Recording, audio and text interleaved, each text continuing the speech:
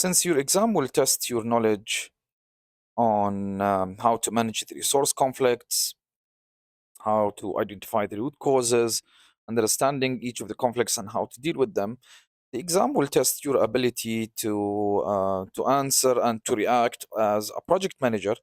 That's why I decided to focus again on let's say managing the resource conflicts. So to start with, first understanding the resource conflicts. So resource conflicts are common in project execution, particularly in organization managing multiple projects. And the resource conflicts arise due to the competing demands on or limited resources. Effective management ensures the project continuity and the team productivity. So we need to focus on the identification of that conflict resolution and balancing the availability. For example, in a software development project, developers may be assigned to multiple tasks at the same time, leading to delays and inefficiencies. Addressing these conflicts proactively is critical for maintaining the project timelines and the project, let's say, schedules.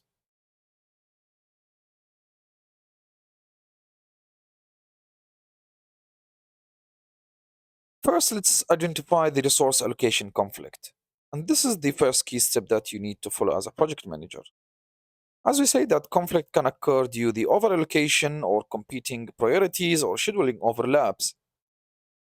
There are some several tools like the RACI matrix, where you show the responsible, the accountable, the consulted, and informed charts, and resource histograms to visualize the conflicts. Ensure to have a regular reviews on the resource schedules to avoid any overlapping or competing priorities. Identifying resource conflicts requires monitoring schedules and workloads. Let's say in a construction project, overlapping assignments for key equipment like cranes can delay multiple activities. Using tools such as the RASI charts and the resource histograms, it helps you to visualize and to address these conflicts early.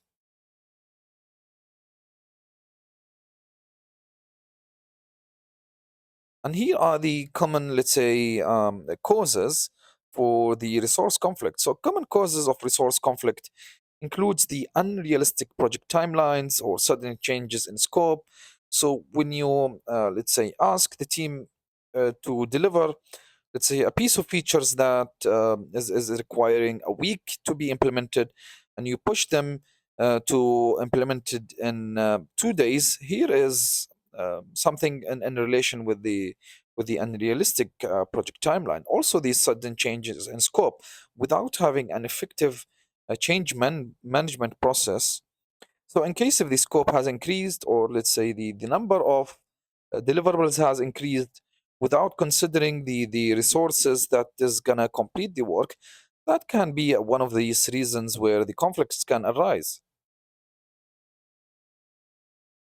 So we said here the common causes, the unrealistic timelines and budget, the lack of clear priorities among the tasks. So if the team has no clarity on what task has to start with, how they can identify which task to start with, and how it depends on, or let's say the other task dependencies on this priority task. So in case if the team has no clarity on all of these priorities, they might, start having conflicts to overcome these challenges by having a conflict.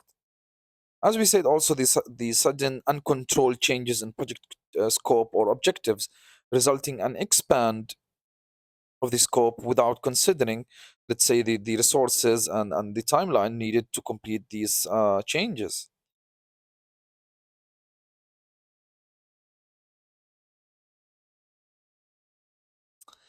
The conflict resolution techniques, it starts with prioritizing the tasks based on the project objectives. Also, you may negotiate the shared resources across the project with the management.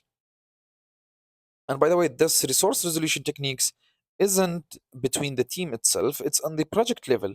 And we are going to cover how to handle the conflicts between the teams on the next session. But here on a project level, you may also use the resource leveling and smoothing techniques. The resource leveling, as we have already discussed, it's that you assign these tasks based on the skill or the individual skills and strength, and also to avoid allocating more, let's say, activities on one key team member, which can put the quality of the work at risk. Resolving resource conflicts involve prioritization, negotiation, in a multi, let's say, project environment. Resource leveling can ensure that the resources are allocated efficiently without overloading the individual or teams. For example, you may need to adjust the timelines in manufacturing project, may free up a critical equipment for high priority tasks. You also need to ensure balancing the resource availability. Balancing resource availability involves aligning plans with schedules and forecasting future needs. You need to ensure the alignment of resource plans with the project schedules. Also, you need to foster the usage of the tools to predict the resource needs by understanding the current trend, for example. For high risk, let's say, activities, you need to consider allocating some buffer for these critical resources as well.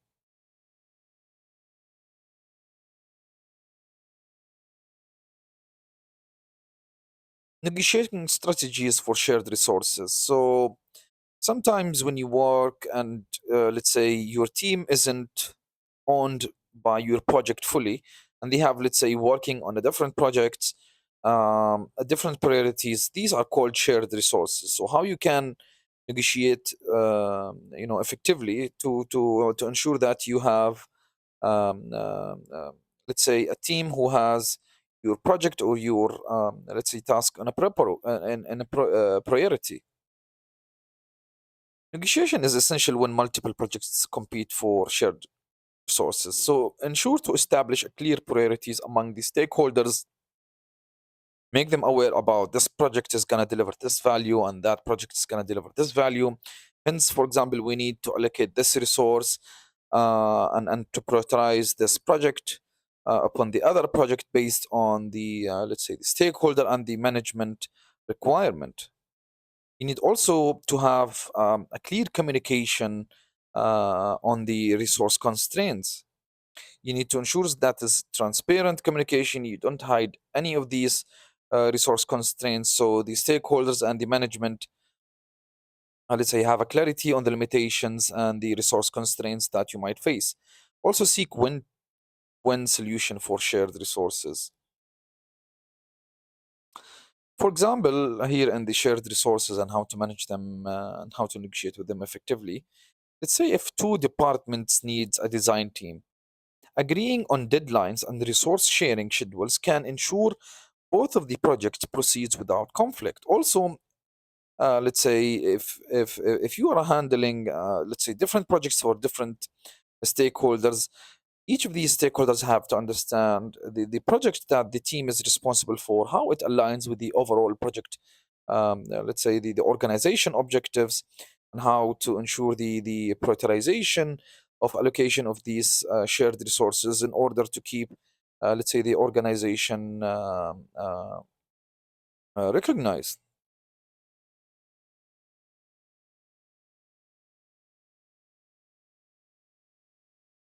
And here are the tools for managing the resource conflicts. So effective tools like Microsoft Project or Primavera provide a real insight. Also, when you have this agile project, when you deal with Trello or Monday.com or let's say Jira platform, all of these platforms or tools, it helps you having a more visual understanding on the resource allocation.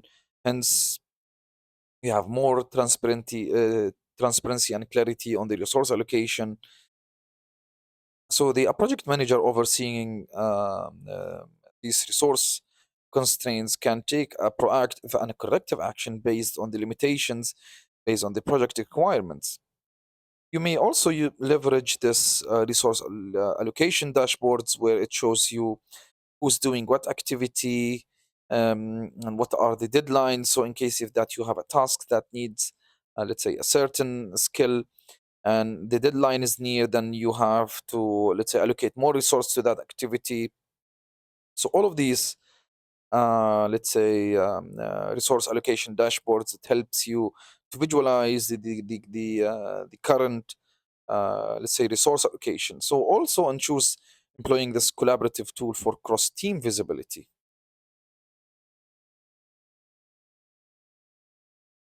Now let's see a real-world example of resource conflict management. So let's say in a telecom rollout project, and the scenario, let's start with the scenario. So let's say managing conflicting demands for skilled technicians in a telecom rollout. Here is the situation that we are dealing with. Let's say there is a demand of skilled technicians in the telecom rollout. And the approach here that you need to follow is to prioritize high impact regions and use the subcontractors for support. So understand who are first the let's say the regions who have high impact. You might allocate these technicians to finish all of these high impact regions first. At the same time, you may look for the subcontractors to finish the other regions based on their impact, and that will help you to improve the efficiency and on-time delivery.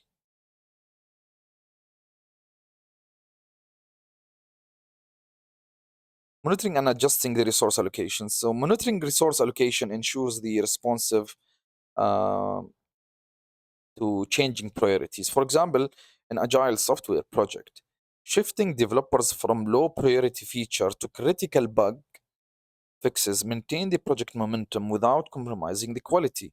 So ensure to track this resource utilization metrics regularly. Also ensure to reallocate the resource as priorities shift. Ensure having a contingency plan are in place to deal with any uncertainties. To summarize our session on managing resource conflicts on a project, let's say, level and in a management level. So managing resources conflicts involve early identification, strategies, resolution, and ongoing monitoring. It's very important to identify the conflicts early to prevent the delays and inefficiencies. Using tools like resource leveling, smoothing, and forecasting, helping you to resolve these resource issues in a more proactive way. Also, think of collaboration and negotiation as one of these keys to resolve these resource, let's say, constraints issues.